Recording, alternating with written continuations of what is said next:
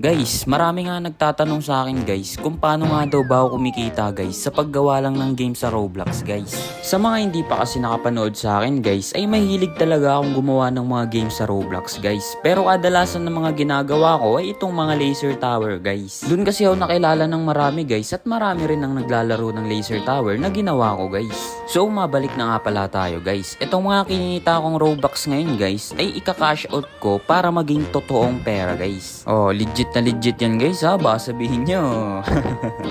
Legit yan guys syempre. Ayun yung kinita ko ngayong buwan. So kinita ko siya 1 month 500k Robux guys.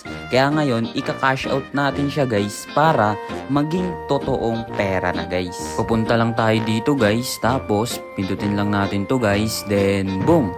Dito natin makikita guys yung total na kikitain natin guys kapag kinonvert na natin yung Robux natin into USD guys. Pindutin lang natin tong cash out guys, then mag-fill out lang tayo dito ng info natin guys, tapos ilalagay natin dyan yung total amount ng Robux na gusto nating i-convert into USD guys. Pagkatapos nun guys ay pwede na tayo syempre mag-cash out guys. Ay na yung pinaka-total niya guys. Pero may tax pa siguro yan guys kaya mababawasan pa. Tapos dito syempre hindi ko na ipapakita guys. Baka iskamin nyo ako eh.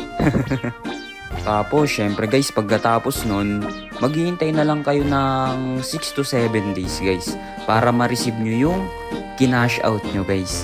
Ito yung pinaka ano ko guys, no? Pinaka history of ano ko. Basta na yun guys. Basta yan yung kinita ko buwan-buwan guys. Kaya kung gamer kayo at gusto nyo ng side hustle, eh maganda talaga maging Roblox game developer guys.